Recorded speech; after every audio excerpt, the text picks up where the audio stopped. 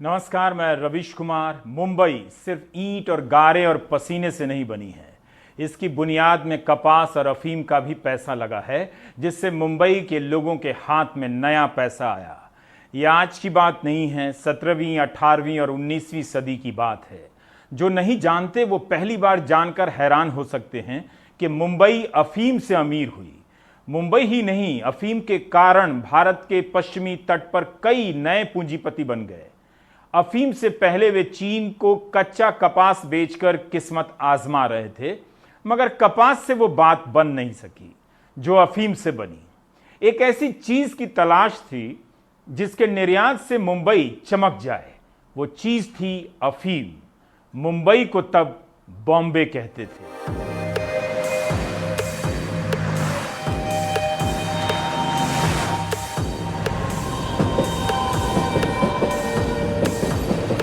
बॉम्बे का गहरा नाता ब्रिटिश हुकूमत के दौर से रहा है।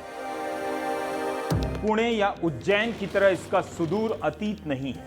1661 में ब्रिटेन के चार्ल्स द्वितीय की शादी पुर्तगाल की कैथरीन ब्रेगेंजा से होती है। तब दहेज में ब्रिटिश राज परिवार को मुंबई मिल जाती है, जिसे 4 साल बाद 1665 में यह शहर ईस्ट इंडिया कंपनी को किराए पर दे दिया जाता है और किराया था साल का 10 पाउंड।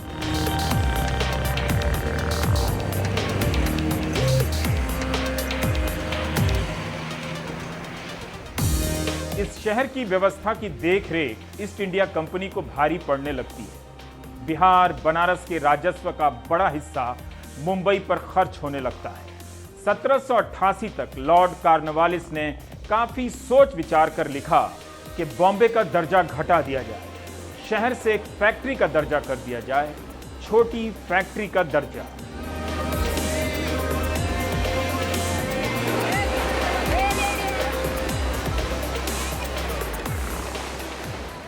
अठारहवीं सदी के खत्म होते होते भी किसी को अंदाजा नहीं था कि बॉम्बे पैसे का पावर हाउस बन जाएगा। तब भी उस शहर में कुछ लोग जोखिम उठा रहे थे, किस्मत आजमा रहे थे। आज भी मुंबई की हवा और खून में यह जज्बा है। तो उस दौर के बॉम्बे को इंतजार था अफीम का, अफीम से पैसे का, जो पैसे में नशा पैदा कर दे। इसलिए बॉम्बे या मुंबई से आए फिल्मी गानों में जब भी बॉम्बे या मुंबई के साथ पैसा का जिक्र होता है, नशा आ जाता है। इससे पहले कि आप नैतिक होने लगें, मैं फिर से इतिहास में ले जाता हूं। इतिहास की एक किताब ओपियम सिटी की दुनिया में इतिहासकार अमर फारूकी की 2006 में 3 एसेज ने यह किताब छापी थी। मात्र 200 रुपए की है। यह किताब आपको ले जाती है 1784 के आसपास के बॉम्बे के कारोबारी संसार में, जहां धीरे धीरे कुछ भारतीय तो कुछ पुर्तगाली अफीम के कारोबार का जोखिम उठाने लगते हैं। उस समय पूरब में गाजीपुर, बनारस और पटना के हिस्से में अफीम की खेती हुआ करती थी। अमिताभ कुमार ने पटना की एक संक्षिप्त जीवनी लिखी है जिसका नाम है मैटर ऑफ रैट्स। LF से छपी है, 295 रुपए की है। अमिताभ कुमार ने लिखा है कि 1586 में पहला ब्रिटिश यात्री पटना आता है जिसका नाम है राल्फ फिच। वह पटना की तारीफ में लिखता है कि यहाँ कपास, चीनी और अफीम का खूब कारोबार हो रहा है। डच और ब्रिटिश कंपनियों के लिए पटना एक महत्वपूर्ण ठिकाना बन चुका था। 17वीं और 18वीं सदी तक पुर्तगाली और दूसरे यूरोपीय नागरिक भी अफीम के कारोबार के चक्कर में पटना आ चुके थे। यह पटना के गुलजार बाग इलाके का प्रिंटिंग प्रेस है। सरकारी छपाई होती है। एक जमाने में यहां पर अफीम का गोदाम हुआ करता था। अब तो यहां कुछ भी नहीं बचा है, मगर इस अतीत को बचाकर रखा जा सकता था। हबीब के कैमरे से देखा जा रहा यह अतीत का वर्तमान है। यह पटना के जिलाधिकारी का दफ्तर है। 17वीं सदी में डच कंपनियों की मौजूदगी का सबूत डच शैली में बनी यह इमारत बताती है कि अफीम के कारण पटना का नीदरलैंड तक से रिश्ता था। जिलाधिकारी कार्यालय का रिकॉर्ड रूम उस समय की गाथा कह रहा है। कुछ साल पहले इसके तोड़े जाने को लेकर विवाद हुआ। पटना अपने इस ऐतिहासिक रिश्ते को भूल गया है, जिसकी बुनियाद अफीम पर टिकी है। अफीम के कारण ही पटना में डच शैली की कई इमारतें बनी थी। अगर इन्हें बचाकर रखा गया होता तो पटना डच सैलानियों को आकर्षित कर सकता था। कम से कम पटना से अमीर हुए इन देशों से कुछ पैसा लौट ही आता। एक और मशहूर लेखक अमिताभ घोष की किताब है the Sea of Poppies, Hindi में भी छपी है पेंगुइन प्रकाशन से, अफीम सागर के नाम से। आप इसे जरूर पढ़ें। छपरा से लेकर गाजीपुर के बीच अफीम के फैले संसार का भव्य वृतांत मिलेगा। गाजीपुर में अफीम फैक्ट्री का जिक्र आता है। गंगा किनारे आज भी उस दौर की एक फैक्ट्री मौजूद है। इसी पीली दीवार में इतिहास के पन्नों की तरह सीलन आ गई है। आप पलटेंगे तो जान आ जाएगी। इस दीवार के पीछे 200 साल पुरानी अफीम की फैक्ट्री हुआ करती थी, आज भी। इस इलाके की अफीम को बनारस अफीम कहते थे। ब्रिटिश ईस्ट इंडिया कंपनी का इसके कारोबार पर एकाधिकार हो गया था। कुछ प्राइवेट पार्टी भी व्यापार करने लगी थी, हमेशा के लिए नहीं। ईस्ट इंडिया के कब्जे से पहले बिहार की अफीम से मुंबई संवरने लगी थी। ये बॉम्बे का छिपा हुआ अतीत है जो आज मुंबई है। तो लंबे समय तक Dutch east India company Bihar से अफीम लेकर इंडोनेशिया भेजा करती थी। इस कंपनी के कर्मचारी भी इस धंधे में चुपके से हाथ साफ करने लगे। ब्लैक 1670 से 1740 के बीच बिहार की अफीम से डच ईस्ट इंडिया कंपनी राजा हो गई। राजा। बाद में ब्रिटेन की ईस्ट इंडिया कंपनी का बिहार से लेकर बनारस की अफीम पर कब्जा हो गया और 1773 में वॉरेन हेस्टिंग्स ने अफीम के कारोबार को कंपनी के नियंत्रण में ले लिया। अफीम के कारोबार से प्राइवेट पार्टी बाहर कर दी गई। लेकिन एक दूसरा रास्ता खुल गया अफीम के कारोबार का। भारत के पश्चिमी छोर पर दमन, गोवा और मुंबई के बंदरगाहों से अफीम से भरे जहाज मकाऊ जाने लगे। वहां बैठे पुर्तगाली चीन में अफीम की स्मगलिंग करने लगे। पश्चिमी किनारे पर बैठे ये पूंजीपति बंगाल में ब्रिटिश ईस्ट इंडिया कंपनी के वर्चस्व से निकलकर अपना पैसा बनाने लगे। वही पैसा जो आज भी मुंबई की जान है। मुंबई को मालवा में पैदा होने वाली अफीम मिल जाती है। हाय बिहार वाले मचल जाएं कि वे आज तक गरीब ही रहे, मगर उनकी अफीम से नीदरलैंड, इंडोनेशिया, ब्रिटेन, चीन, पुर्तगाल चमक गए। बॉम्बे में लोग करोड़पति बन गए और बिहार अफीम के इतिहास के दौर की इस इमारत को भी बचाकर नहीं रख सका। एनीवे, हिस्ट्री पढ़िए। बंगाल की खाड़ी में ईस्ट इंडिया कंपनी अफीम के मुनाफे में मदहोश थी और मुंबई के कारोबारियों को मालवा अफीम का चस्का लग चुका था। ईस्ट इंडिया कंपनी ने बॉम्बे के बंदरगाहों से अफीम के कारोबार पर कई बार प्रतिबंध लगाए, सफलता मिली नहीं।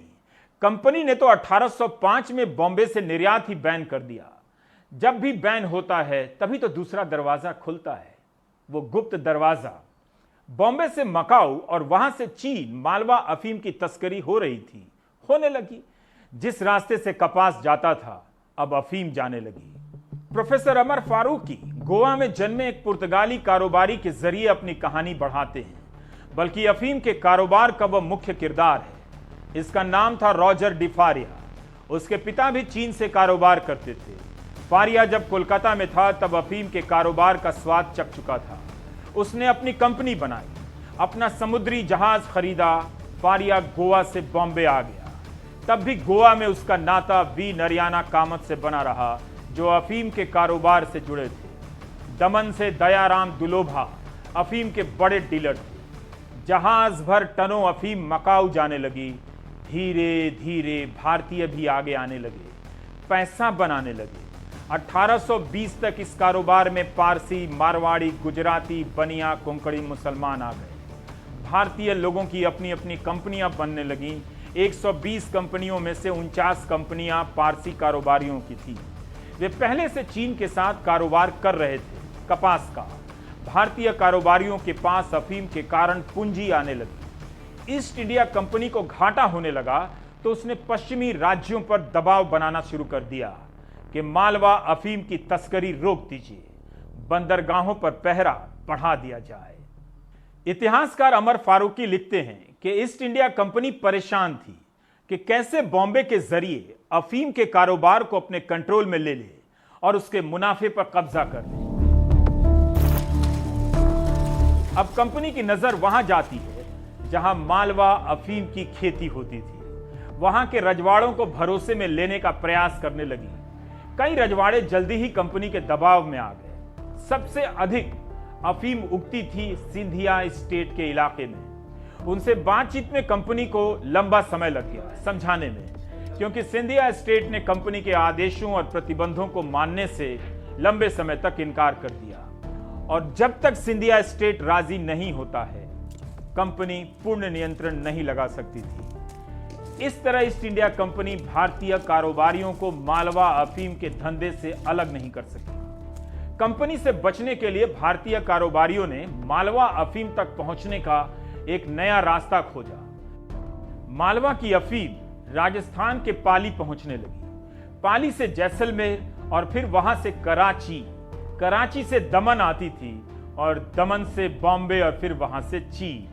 कितना लंबा रास्ता, कितना लंबा खेल, कितनी मेहनत। तस्करी से ईस्ट इंडिया कंपनी तंग आ गई।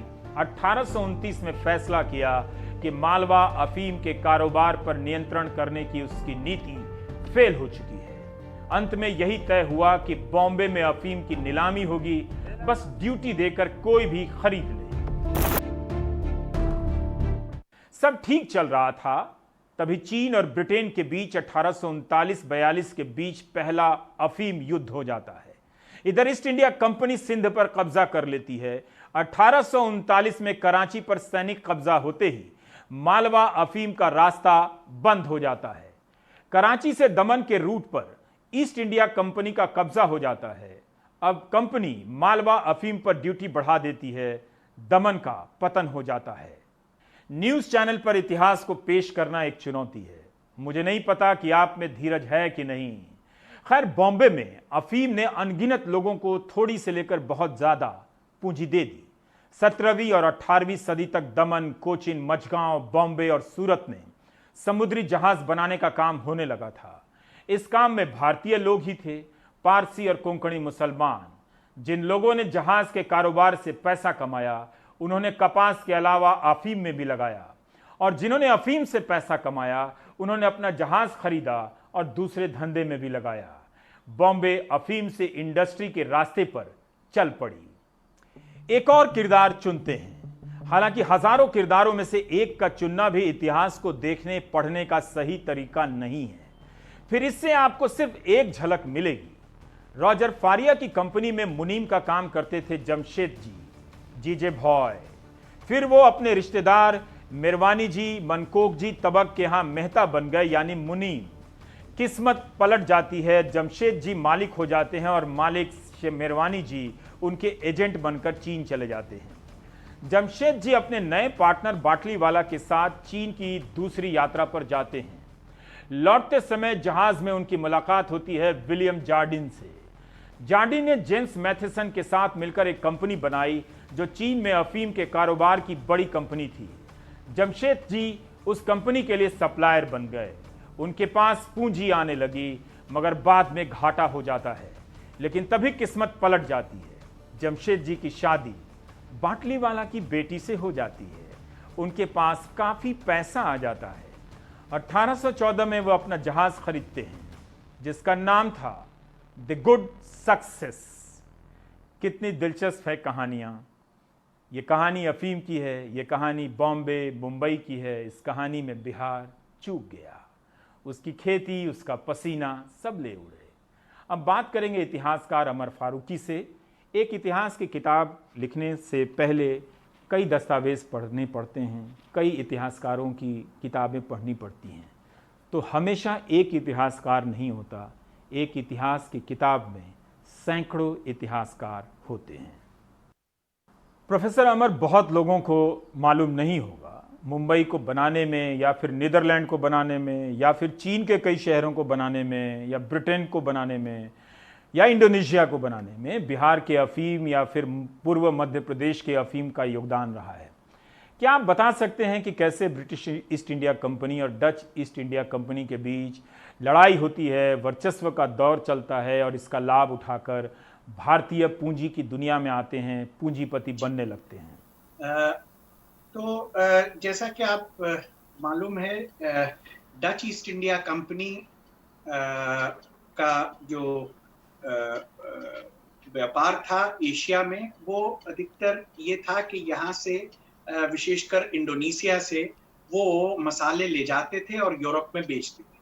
लेकिन उन मसालों को खरीदने के लिए उन्हें अलग-अलग प्रकार के सामान की आवश्यकता होती थी, नहीं तो उनको यूरोप से चांदी लाने की ज़रूरत पड़ती। तो इस वजह से उन्होंने इस प्रकार के चीज़ें खरीदनी शुरू करी एशिया के विभिन्न बाज़ारों से, जिनकी खपत इंडोनेशिया में हो सके।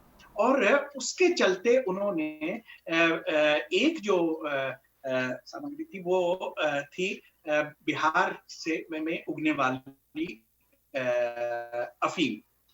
जी, तो उन 17वीं शताब्दी के मध्य तक आते-आते हम ये देखते हैं कि डच ईस्ट इंडिया कंपनी काफ़ी बड़ी मात्रा में अफीम बिहार से खरीद कर और इंडोनेशिया लेकर जाती है। उनकी पटना में फैक्ट्री थी, वो बहुत महत्वपूर्ण उनकी फैक्ट्री थी और उसको इस अफीम को लेकर वो वहां जाते थे। थोड़ी बहुत अफीम उनको मालवा से भी मिल जाती थी, लेकिन मुख्य जो उनका स्रोत था इस अफीम का वो बिहार और पूर्वी उत्तर प्रदेश था। तो तो बड़ी मात्रा में अफीम को इंडोनेशिया ले जाने का जो व्यापार है वो पहले डच ईस्ट इंडिया कंपनी ने बनाया और ये काफी विकसित हो गया था, ये व्यापार काफी फैल गया था क्योंकि काफी बड़ी मात्रा में वो ले जाते थे जब तक 18वीं शताब्दी के मध्य तक आते 18वीं शताब्दी के मध्य तक आते हम जैसा जानते हैं कि इंग्लिश ईस्ट इंडिया कंपनी का वर्चस्व बिहार, बंगाल और उड़ीसा के कुछ क्षेत्रों पर हो गया था प्लासी के युद्ध के पश्चात। पहले भी इंग्लिश ईस्ट इंडिया कंपनी का इस व्यापार में हिस्सा था, लेकिन क्योंकि डच ईस्ट इंडिया कंपनी का इसके ऊपर नियंत्रण था, तो जितनी अधिकतर जो अफीम थी वो डच ईस्ट इंडिया कंपनी ले जाती थी। लेकिन 1757 के पश्चात इंग्लिश ईस्ट इंडिया कंपनी ने धीरे-धीरे डच को किनारे करके और इसके ऊपर अपना नियंत्रण स्थापित कर लिया और यहाँ तक के 18वीं शताब्दी के अंतिम दशक में ईस्ट इंडिया कंपनी ने ये कानून बनाया कि इस जो जितनी अफीम की खेती इस क्षेत्र में होती है, उन क्षेत्रों में जो ईस्ट इंडिया कंपनी के अंतर्गत था, बिहार का और पूर्वी उत्तर प्रदेश का, उस पूरे क्षेत्र में जितनी अफीम की का उत्पादन होता है वो सब कंपनी को ही देना पड़ेगा। कंपनी ही सरकार थी, तो सरकार को देना या कंपनी को देना एक ही बात है। तो वो पूरा अफीम देनी पड़ेगी। यही नहीं बल्कि उन्होंने अफीम की खेती के ऊपर भी उन्होंने प्रतिबंध लगा दिया और ये उस कानून में ये था कि इसको उगाने इस पॉपी प्लांट को उगाने के लिए और अफीम का उत्पादन करने के लिए किसानों को ईस्ट इंडिया कंपनी से या सरकार से लाइसेंस लेना पड़ेगा और उस लाइसेंस को जो नहीं लेता था और अफीम का उत्पादन करता था वो उस कानून का उल्लंघन। जब कंपनी का या बंगाल की या ईस्ट इंडिया कंपनी की सरकार का इसके ऊपर जब एक बार नियंत्रण हो गया तो उन्होंने इसको समझा कि अब हमारी मोनोपोली, अब हम जिस दाम पर चाहें चीन के अंदर इसको ले जाकर बेच सकते हैं। चीन की जहां तक बात है, चीन से उनका व्यापार बढ़ रहा था क्योंकि चीन से वो चाय लेते थे, उस चाय का निर्यात इंग्लैंड होता था।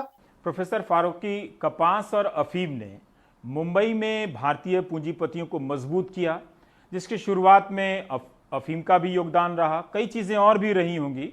जब दमन, गोवा और बॉम्बे के बंदरगाहों से अफीम चीन के मार्केट में जा रही थी, तब क्या उन पूंजीपतियों के दिमाग में यह बात थी कि वे स्मगलिंग कर रहे हैं? क्या स्मगलिंग या गैर कानूनी जैसी अवधारणाएं उस समय तक बन गई थीं? देखिए, स्मगलिंग का जो शब्द है उसके बारे में भी उस पर भी थोड़ा सा विचार करने की आवश्यकता है, क्योंकि इस समय जब हम 18वीं शताब्दी या 19वीं शताब्दी शताब्दी या 17वीं शताब्दी की भी बात कर रहे हैं। तो स्मगलिंग व्यापार वो व्यापार था जो यूरोपियन कंपनियां थी, जो उन्होंने जो कानून बना रखे थे, या यूरोपियन देश जो थे, जैसे नीदरलैंड्स है या पुर्तगाल है या इंग्लैंड है, उन्होंने जो कानून बना रखे थे, उन कानूनों का उल्लंघन करना स्मगलिंग था। फ्रांस में, मैं उदाहरण के तौर पे आपको बताऊं कि फ्रांस में जब भारतीय सूती कपड़े का आयात बहुत बढ़ने लगा 17वीं शताब्दी में, तो उसके ऊपर नियंत्रण पाने के लिए, ताकि वो वहां की जो सिल्क इंडस्ट्री है, जो और वीविंग इंडस्ट्री है, उसके साथ उसका कंपटीशन ना हो, तो इस निर्यात के ऊपर प्रतिबंध लगाना शुरू हो गया। तो जो भारतीय कप, और इंग्लैंड में भी कुछ समय तक ये रहा, तो इंग्लिश ईस्ट इंडिया कंपनी का जो व्यापार था अफीम का, वो उन्होंने विकसित करा। जैसा मैं आपसे पहले भी कह रहा था कि वो उन्होंने 1757 के बाद उसको उन्होंने अपने हाथ में ले लिया और उसके ऊपर उन्होंने मोनोपोली स्थापित कर। और मोनोपोली का अर्थ यह था कि ईस्ट इंडिया कंपनी के अतिरिक्त कोई भी उस व्यापार को नहीं कर सकता। सिर्फ यही नहीं, उस 18वीं शताब्दी के अंत तक आते आते कोई उसकी खेती भी ईस्ट इंडिया कंपनी के लाइसेंस के बगैर नहीं कर सकता। और ये जितना अफीम उगता था, ये सब ईस्ट इंडिया कंपनी को ऑफिशियली देना पड़ता था। अब समस्या ये थी कि ईस्ट इंडिया कंपनी ने बिहार और उत्तर प्रदेश का जो अफीम था, उस पर तो मोनोपोली कर ली, और इसका निर्यात, और इसका यहां से निर्यात होने लगा चीन। अब चीन की मार्केट में उन्होंने देखा कुछ समय बाद कि भारत के पश्चिमी तट से भी अफीम आ रहा है, तो ये कहां से आ रहा है? तो ये मालूम करा कि ये तो आ रहा है मालवा के क्षेत्र से। और मालवा के क्षेत्र में जो अफीम उगता था, उसकी खपत उस क्षेत्र में तो होती थी, लेकिन धीरे धीरे उसका पश्चिमी तट से भी निर्यात होना शुरू हो गया, सूरत से होना शुरू हो गया, दमन जो कि पुर्तगाली उपनिवेश था वहां से होना शुरू हो गया, गोवा से होना शुरू हो गया, बंबई से होना शुरू हो गया। तो उस समय तक ये खुला व्यापार था। ईस्ट इंडिया कंपनी का इस पर कोई ना नियंत्रण था, ना कोई ऐसा कानून था ईस्ट इंडिया कंपनी का कि इसके ऊपर प्रतिबंध लगाया जाए। लेकिन क्योंकि ये अफीम जो था, जो मालवा का अफीम था, ये बंगाल के अफीम से, जब मैं बंगाल का अफीम कह रहा हूं, वो एक्चुअली ब्रांड नेम है। ये अफीम होता बिहार का था या बनारस गाजीपुर के क्षेत्र का था। तो वो अफीम जो था, वो उसको चीन में इस ब्रांड नेम से बेचते थे, बंगाल ओपियम के ब्रांड नेम से। तो बंगाल ओपियम जो था, उसको कंपीट करना पड़ रहा था मालवा ओपियम के साथ। तो बंगाल ओपियम की जो मार्केट थी, असल में उसको खराब कर रहा था। जब ईस्ट इंडिया कंपनी ने ये पाया कि वो उस मार्केट को खराब कर रहा है, तब फिर उन्होंने बंबई के अधिकारियों को ये लिखा कि भाई इसके ऊपर प्रतिबंध लगाओ। और इस प्रतिबंध का उल्लंघन करना ही स्मगलिंग हो गया। अब इसी से जुड़ा मेरा सवाल है कि जब पैसा आया, उस पैसे से किस तरह का शहर बनने लगता है, बॉम्बे की बुनियाद कैसे बनने लगती है? 1833 के बाद जब ईस्ट इंडिया कंपनी की कैंटन में जो ट्रेजरी थी वो बंद हो गई, तो एक ही तो जो पैसा ट्रांसफर करने का की समस्याएं थी, वो बढ़ गई। अधिकतर जो बिल ऑफ एक्सचेंज थे, वो केवल इंग्लैंड में जाकर इनकैश हो सकते थे। क्योंकि वो इंग्लैंड में इनकैश हो सकते थे, इसलिए जो उस पर डिस्काउंट मिलता था, उसमें मुनाफे जो कमाया जाता था, उसका बहुत बड़ा हिस्सा वो जो बैंक्स होते थे, जो ये ट्रांसफर का काम करते थे, वो मुनाफा ले लेते थे। तो भारतीयों के लिए ये जो पैसा ट्रांसफर करने की जो प्रॉब्लम थी, ये बड़ी हो गई थी। उसके अतिरिक्त एक और समस्या भी हो गई थी कि जो नए प्रकार के कुछ जहाज थे, जो फास्ट सेलिंग शिप्स थे, ये क्लिपर कहलाते थे। क्लिपर छोटे थे, ज्यादा तेज चलते थे, इसलिए ये भारत और चीन के बीच एक सीजन में 2-3 ट्रिप कर लेते थे, जो कि पहले मुमकिन नहीं था। उसमें जो इन्वेस्टमेंट चाहिए था नए प्रकार के शिप्स का, वो उस प्रकार वो पैसा, इतना पैसा कई इन व्यापारियों के पास नहीं था, क्योंकि वह पुराने जहाज थे, लेकिन वो इस नए जहाजों से, इस नई टेक्नोलॉजी से कम्पीट नहीं कर पा रहे थे। बाद में तो खैर स्टीम शिप्स आ गए, वो अलग कहानी है, लेकिन ये क्लिपर्स जो थे, क्लिपर्स, फास्ट क्लिपर्स, ये इनकी टेक्नोलॉजी इस प्रकार, इसमें इन्वेस्टमेंट के लिए इनके पास पैसा नहीं था। तो ये पॉसिबल नहीं था कि अपना पैसा पुराने जहाजों से विड्रॉ करके और इस नए इन प्रकार के जहाजों में वो लगा दे। तो उनके लिए कंपटीशन करना धीरे धीरे बड़ा मुश्किल हो गया, और उसको और धीरे धीरे वो इससे अपने आप को विड्रॉ करने लगे। लेकिन पैसा था उनके पास, ये अर्निंग्स थी जो 70-80 साल तक इस व्यापार का वो हिस्सा रहे थे। कम से कम 30-40, कई थे जो 30-40 साल से थे, कुछ 50-60 से थे, कुछ 60-70 से थे। तो ये जो पूंजी थी, इस पूंजी का उन्होंने प्रयोग करा बंबई में कपड़े की मिलें स्थापित करने के लिए। ये कोई आश्चर्य की बात नहीं है कि 50 का ही दशक वो दशक है जब ये समस्याएं बढ़ रही हैं और ये व्यापारी निकल रहे हैं, और दूसरी तरफ 50 का ही वो दशक है जब पहली बार इस प्रकार की कपड़ा मिलें बन रही हैं। 1854 में पहली बनी, जो कि 1856 में प्रोडक्शन उसका शुरू हो गया, और शताब्दी के अंत तक आते आते लगभग 100 मिलें बंबई में थी, और ये मिलें, इसमें से बहुत बड़ी संख्या में ऐसी मिलें थी जो जिसमें भारतीयों की पूंजी लगी हुई थी। तो जी, तो ये बहुत बड़ी, तो अब एक डायरेक्ट कोरिलेशन एस्टैब्लिश करना बड़ा मुश्किल काम, लेकिन पूंजी थी, और 50 के ही दशक में इन मिलों की स्थापना शुरू हुई। अब ये डायरेक्टली कहना कि ये सिर्फ पूंजी जो है सिर्फ वहीं से आई, ये किसी इतिहासकार के लिए अनुचित होगा।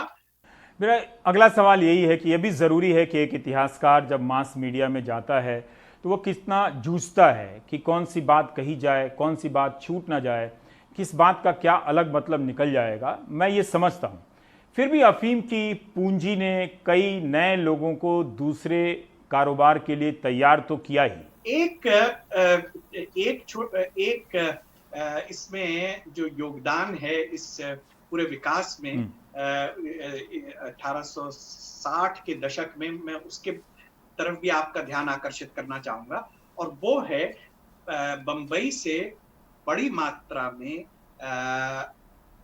कपास का निर्यात, क्योंकि 1861 और 1865 के बीच लैंकाशायर की, इंग्लैंड में जो लैंकाशायर की मिलें थी, उन्हें बहुत बड़ी समस्या हो गई, क्योंकि जो उनको कपास मिलता था, जो आता था, वो अमेरिका से आता था, और अमेरिका में ये वो समय है जब दास प्रथा को लेकर और संघर्ष हुआ, सिविल वॉर हुई, और उस दौरान ये वहां लैंकाशायर की मिल्स को ये कपास मिलना लगभग बंद हो गया, ये बहुत कम मात्रा में आने लगा।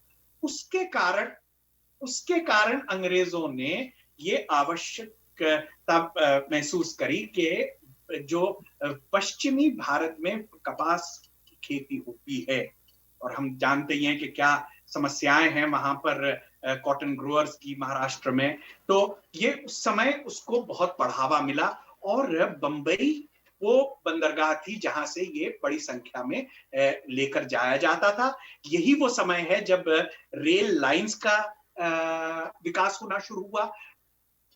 तो इससे, तो ये जैसे हम, तो ये कॉटन, ये जो 60 का दशक है, ये कॉटन बूम का है, क्योंकि इतने लोगों ने, इतनी कंपनियां बन गई, इतने बैंक्स नए खुल गए जो कि इसमें इन्वेस्ट करना शुरू कर दिया कॉटन के एक्सपोर्ट में।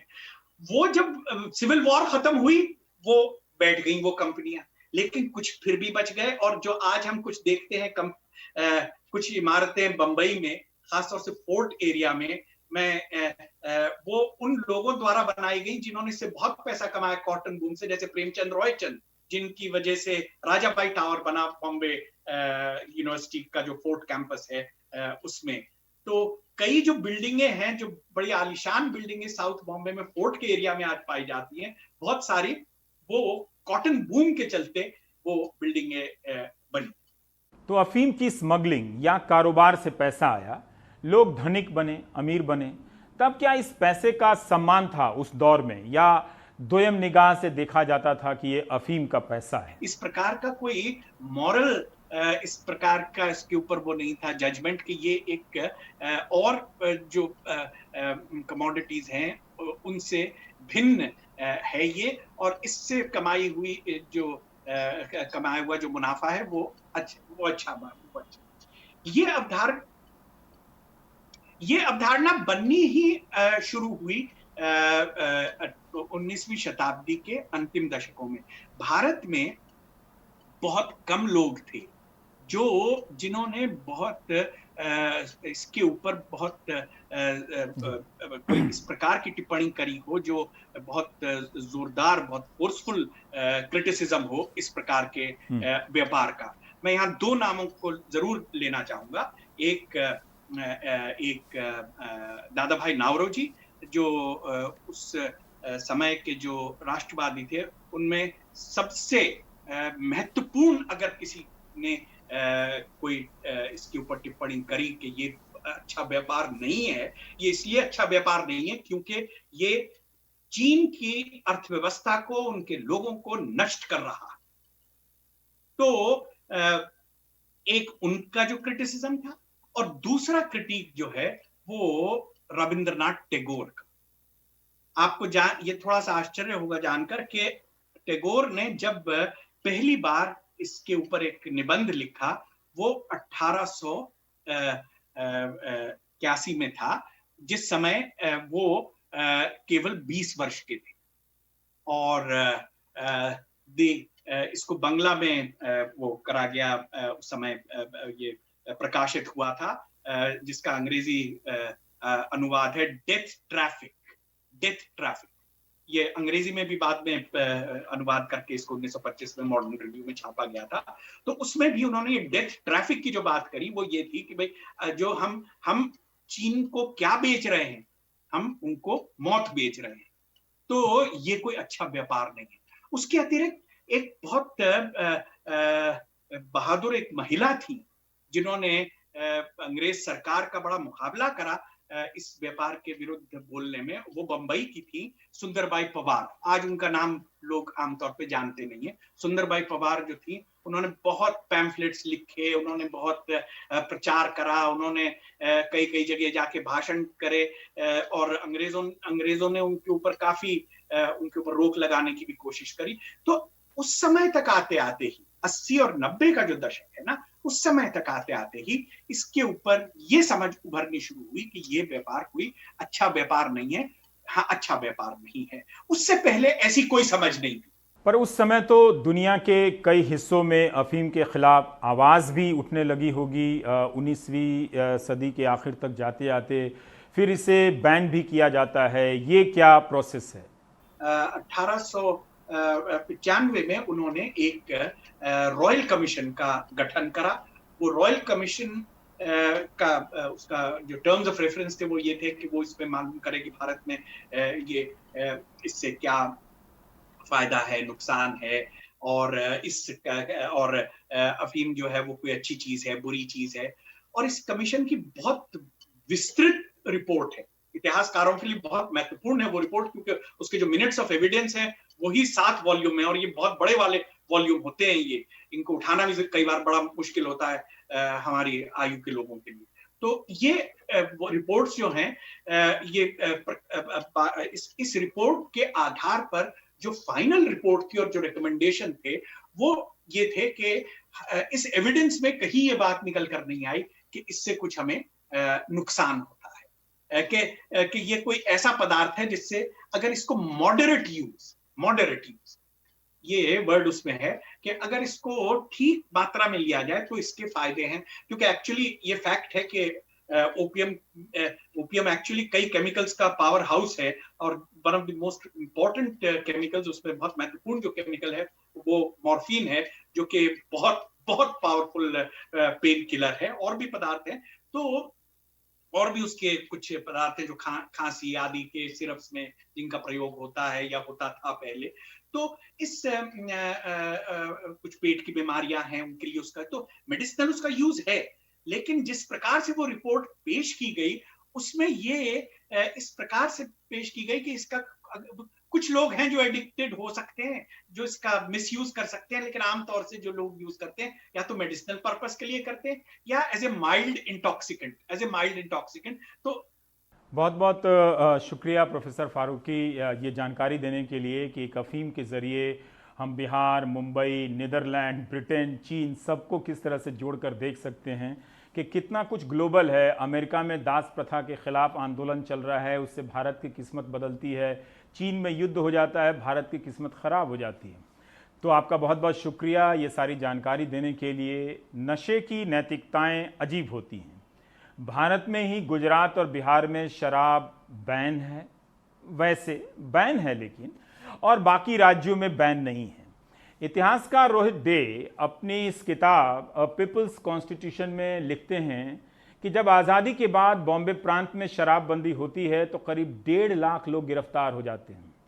पर्यटक और सैनिकों को अनुमति थी कि वो पी सकते हैं। इस बात को लेकर एक पत्रकार नसीरवानजी बलसारा ने बॉम्बे हाईकोर्ट में केस कर दिया। नसीरवानजी केस जीत जाते हैं, लेकिन सरदार पटेल के कहने पर इसे सुप्रीम कोर्ट में चुनौती दी जाती है। वहां नासिरवानी जी हार जाते हैं। 1963 में जब शराबबंदी हटती है तो मीडिया स्वागत करता है।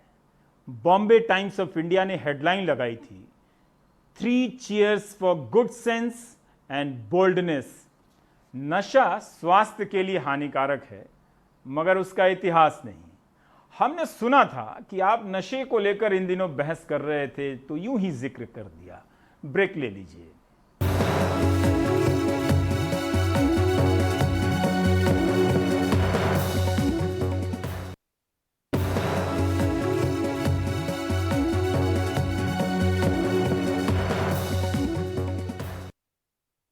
पिछले 24 घंटे में कोरोना के 95,735 मामले सामने आए हैं। हर घंटे 48 लोगों की कोरोना से मौत हो रही है। कोरोना के कारण आर्थिक जिंदगियां भी तबाह हो रही हैं। लोगों के पास फीस देने के पैसे नहीं हैं। इसके अलावा उनके ये सवाल भी हैं कि स्कूल बिजली पानी के पैसे क्यों ले रहा है, मगर सरकार स्कूल से बिजली पानी का बिल तो लेती है, तो स्कूल कहां से भरेगा और टीचर को सैलरी कहां से आएगी। चक्र दुष्चक्र में बदलता जा रहा है। रविश रंजन की ये रिपोर्ट देखिए। मुख्यमंत्री अरविंद केजरीवाल जी ने निर्देश दिए हैं कि संस्कृति स्कूल को फीस बढ़ाने की जो अनुमति दी गई है वो वापस ले ली जाए। दिल्ली के उप मुख्यमंत्री मनीष सिसोदिया के इस साफ ऐलान के बावजूद क्या दिल्ली के निजी स्कूलों में ऐसे आंदोलन थम जाएंगे? सरकार के लगातार ऐलान और पत्र लिखने के बावजूद निजी स्कूल बेलगाम हैं और अभिभावक प्रदर्शन करने को मजबूर। कोरोना काल में अप्रैल, मई और जून की स्कूलों की फीस की माफ़ी दी जाए और आगे की फीस ऑनलाइन स्टडीज़ के हिसाब से निर्धारित करी जाए। ये बात किसी से छिपी नहीं है कि इस कोरोना काल में बड़े छोटे सारे बिजनेस ठप हो गए हैं और हमारे जितनी भी सेविंग्स थी सारी की सारी घर के खर्चों में निकल कर और कोई अर्निंग भी नहीं हो रही है हमारी। इसके पहले दिल्ली सरकार सभी स्कूलों को निर्देश देती रही है कि पूरी फीस न वसूल की जाए। कुछ स्कूलों पर जुर्माना भी लगाया, लेकिन दिल्ली पेरेंट्स एसोसिएशन का कहना है कि दिल्ली सरकार कड़ी कार्रवाई नहीं कर रही है, जिसके चलते कई स्कूल अगस्त से फीस बढ़ाकर ले रहे हैं। दिल्ली सरकार, शिक्षा विभाग उसके ऊपर, स्कूलों के ऊपर एक्शन क्यों नहीं ले रहा है? 18 अप्रैल के ऑर्डर के बाद लगभग हर स्कूल ने उस ऑर्डर का वॉलेट किया और 28 अगस्त का ऑर्डर भी जो सरकार ने निकाला है, हम ये कहते हैं वो खाना पुट्टी है, क्योंकि उसके बावजूद आज कितने स्कूल ऐसे हैं जो पेरेंट्स को, बच्चों को हरास कर रहे हैं। दिल्ली ही नहीं, गाजियाबाद में भी बहुत सारे अभिभावक फीस कम करने को लेकर बीते 7 दिनों से इस तरह का धरना प्रदर्शन दे रहे थे। बुधवार देर शाम कोरोना वायरस फैलने की बात कहकर प्रशासन ने जबरदस्ती धरना दे रहे अभिभावकों को भगा दिया, कुछ को हिरासत में ले लिया। जब से हमारे 4 साथियों को पुलिस उठाकर लेकर गई है, जिसमें साधना जी भी हैं जो डायबिटिक हैं और 2 दिन पहले ही वो हॉस्पिटल से डिस्चार्ज होकर आई हैं। किसी भी परिवार के सदस्य को कोई खबर नहीं है कि चारों लोग कहाँ हैं, पुलिस ने कहाँ रखा है, प्रशासन की तरफ से कोई न्यूज़ अभी तक नहीं पता चली है। देश भर में करीब 5 लाख प्राइवेट स्कूल लॉकडाउन की वजह से बंद पड़े हैं। इन स्कूलों से करीब 20 लाख शिक्षक भी जुड़ा हुआ है। स्कूलों का कहना है कि सरकारी बोर्ड हमसे पूरा पैसा ले रहे हैं। तो मेरी ये मांग है कि केंद्रीय शिक्षा बोर्ड सीबीएसई और अन्य बोर्ड भी ऐसे अभिभावकों की बोर्ड फीस भी माफ करे और बच्चों को डीबीटी करके भी मदद की जाए और टीचर्स की भी केंद्र सरकार राहत पैकेज अलाउंस करके मदद करने की घोषणा करे। कोरोना काल में फीस कम करने का मुद्दा अभिभावक सुप्रीम कोर्ट से लेकर सरकारों के सामने उठाते रहे हैं, लेकिन अब तक हर जगह उन्हें निराशा हाथ लगी है। हालांकि कई ऐसे प्राइवेट स्कूल भी हैं जिन्होंने खुद से फीस कम करने की पहल भी की है। 100 साल बाद आई इस कोरोना की आपदा से हर शख्स परेशान है। लाखों लोगों की नौकरियां चली गईं, बहुतों का व्यापार चौपट हो गया और तमाम सारे लोगों की तनख्वाहें कम हो गईं। इसी के चलते हाल के दिनों में दिल्ली से लेकर देश के अलग अलग जगहों पर फीस को लेकर प्राइवेट स्कूलों के साथ अभिभावकों की टकराहट बढ़ी है। लेकिन अब तक ना तो सरकार और ना ही प्राइवेट स्कूल इस समस्या का कोई बीच का हल खोजने में दिलचस्पी दिखा रहे हैं। दिल्ली से सचिन गुप्ता और मुकेश सिंह सेंगर के साथ रवीश रंजन शुक्ला, एनडीटीवी इंडिया।